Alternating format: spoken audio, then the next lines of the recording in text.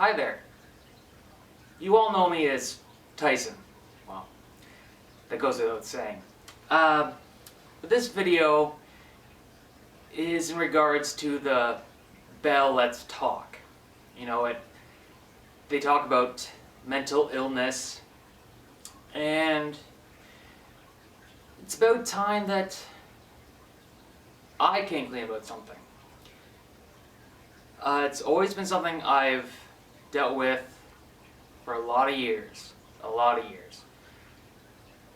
And there's really no easy way to put it, but I suffer from depression. There it is. If you're watching this, you might be a little shocked. You think Tyson suffers from depression? I do. I've suffered with it for a lot of years. The earliest that I can recall where it wasn't so bad was in public school. It started to get bad. Well, I shouldn't say bad, but it started to increase in high school. So much so that the summer going into grade 10, I wanted to drop out of school. And I wrote a note to my parents saying how, now at the time, I thought it was school, saying how school made me unhappy and I just couldn't continue with it. But of course, my parents said, no, you're staying in school. And I did, and I got through high school, I went through my ups and downs. And then years passed, I went through college and all that. But the last few years, while still being in college and living on my own, things unknown to me started to snowball, things that I didn't realize. And while being in school and living on my own, I would have parties and I would have friends over and we would drink, we'd have a good time, and to me everything seemed normal, seemed great. And it seemed to be accurate. Everything seemed awesome. So much so, while being in college, especially the last 2 years of my program, I was an honor student, which to me was awesome. Because I would think back to me back in high school, the guy that wanted to drop out before grade 10. I would look at this and go, wow, I'm an honor student. But then I would also look back at it and go, wow, I was drunk. I don't remember half of those 2 years. How did I manage to be an honor student? But college came and went, and there was a year off from school, and I had a job at Hooters and Whitby, and it shut down. I was on EI, and to me at this time as well, I thought, okay, this is the time to party, but the time to find a job. And I was doing internships and partying, and frankly partying a lot hardier. And again, everything seemed fine, but I noticed that, yeah, I was partying a lot more than I tended to. But again, I kind of shrugged it off, I'm done school, I'm in the prime of my life, party time. Then, this past year, I got an internship in Toronto, I did it, and it led to the job I have now. And everything seemed good, but in about April or May, I started experiencing things that I never experienced before. And at the time, I didn't know what they were. It was really weird. I could be going somewhere or be in a situation or even just thinking about something, and all of a sudden my heart would start racing. I'd start sweating. I'd start shaking. I'd feel the urge to just have to get up and go, have to leave. And it was really weird. I didn't know what was going on. And it started to scare me. And from that time, you know, April-ish till early September, it shrunk my world in. You know, I was the kind of guy, I could go anywhere, do anything, no problem. But all of a sudden,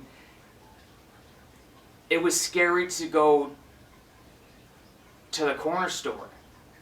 You know, wondering, you know, is my heart going to start racing? Am I going to start sweating? What's going on? So the party guy in me started to cut back my drinking. I kind of thought, well, maybe it's my drinking. You know, maybe I'm just partying too hard. Now, I will say, you're probably starting to listen, and you're probably thinking, Tyson, it probably has to do with alcohol. And now, maybe you're right, but as I continued, that actually wasn't the issue. But that's what I thought too. I thought maybe I'm just partying too hard, maybe I should tone it down. So I did. Over the course of this year, I really toned down my drinking. So much so that 19-year-old me, you know, 10 years ago, he would have looked at me now and going, dude, why aren't you drinking? Like, go to the bars. Like, I really toned down my drinking.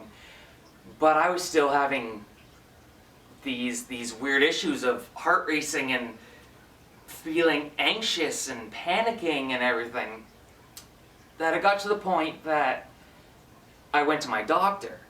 And I said, you know, Doc, something's not right. You know, I can't do the things I used to do. Like, I feel scared to do these things. I have these weird feelings and everything's going wrong. So we did a lot of blood work, a lot of tests, and everything internally came back fine. I mean, frankly, I'm in my peak of my health. Granted, I could exercise a bit more, but my doctor said, you're perfectly fine. You know, there's nothing to worry about. So I kept doing my thing, working, but it was still happening. And there was one day at the job I currently have, I'm in the office, and you know when you see the snow on the TV, like you just go to a blank screen, it's just the... One day in the office, I start to see that. And again, you know, my heart started racing, I started sweating, shaking, and I started seeing all this, and it was really weird, and I had to leave the office. And again, I went to my doctor, and I said, Doc, you know, something's really wrong. And we did more blood work, more tests. Everything came back fine. And then he said, Tyson, we're going to do a test for depression. You might suffer from depression. And I kind of looked at him and I thought, well, Doc, I'm in the best stage of my life. I have my own house, I live on my own, I have a job, I pay my bills, I'm a single bachelor, I'm living the life. There's no way. It just doesn't make sense. But we did this test. And the test ranged from 0 to 5, 0 being nothing, 5 being hell's breaking loose, for a lack of a better term. And you know, it ranged from anything like, how do you sleep? Do you sleep great? Do you sleep not at all? And of course, 0 meaning you sleep great, and other things like that. And I did the test. I ranged it from 0 to 5, and it came back, and the doctor said, well, Tyson, you suffer from mild to highly moderate depression. And when he said that, it was bittersweet, because I always kind of knew I suffered from depression, but I always just thought, oh, it's just circumstantial, like, oh, I'm just waiting for life to get better, or this to happen, or that. But when he laid it out on the line, I suffer from depression. So he wrote me out a prescription for medication, which I have. And that day, after I saw my doctor, I was driving to the pharmacy to get the medication, and halfway there, I had to park my car, and not gonna lie, I broke down and I cried. And again, that was bittersweet too. It was, the answer I was kind of trying to overlook, trying to be the tough guy, like, this is life. I shouldn't be depressed. I shouldn't feel this way. I should be happy. That was what I was trying to convince myself. So when I heard it, it broke down those walls that I tried to build up. But at the same time, I felt relieved to what I was feeling. Like, oh my God, this is why I felt this way for so long. I am depressed. So, the last 2 months, 2 months-ish, I've been on this medication.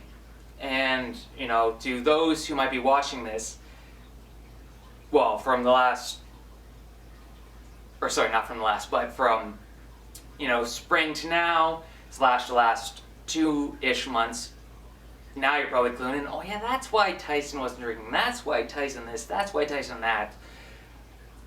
Now it kind of makes sense.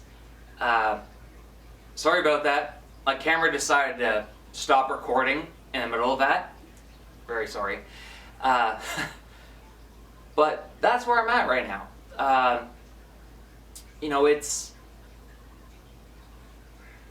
If I can ball apart this whole this whole life endeavor, for lack of a better word, it's a fucking roller coaster.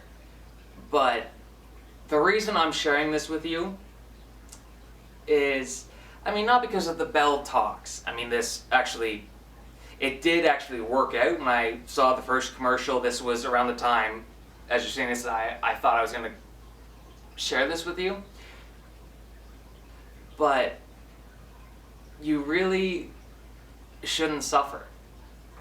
I've suffered for a long time with what I now know as, it's essentially chronic depression. And you shouldn't have to.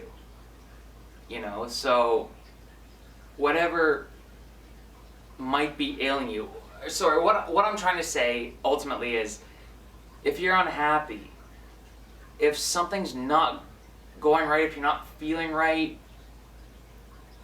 don't hesitate to talk to someone. Talk to your doctor, talk to a friend. If I could go to the 19-year-old me, 10 years ago, because I was feeling the same way back then, maybe not as bad as I was before this, but I would have said, go talk to your doctor. Go see what's up. Because I feel now that I'm reborn. I'm starting to relive life in an entirely new way, and it's awesome. Like, I'm actually excited. I'm excited for 2015.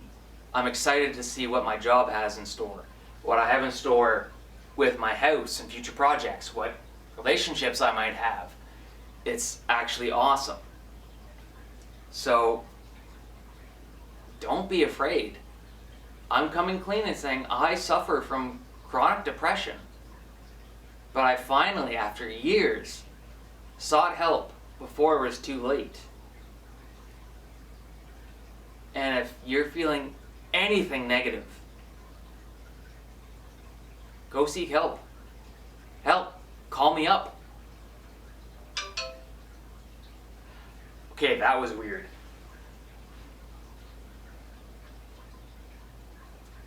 Well, that's really weird. It's my dad. Wow. Well, I'll reply to him. But that was oddly timed. But yeah, go seek help. Don't be ashamed. Mental illness is nothing to be ashamed about.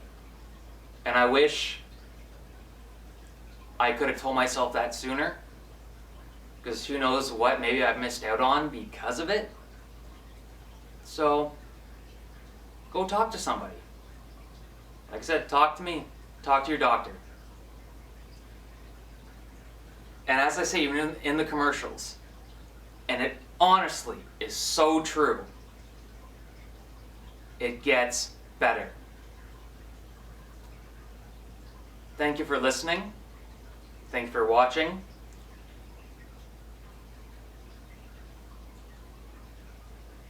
I really don't know how to end this. I'm thinking, oh, let's be funny. It's not really a funny thing to end on, but yeah, actually, this is probably the one serious video I've ever done. But no, believe me, folks, it gets better. Thanks for watching.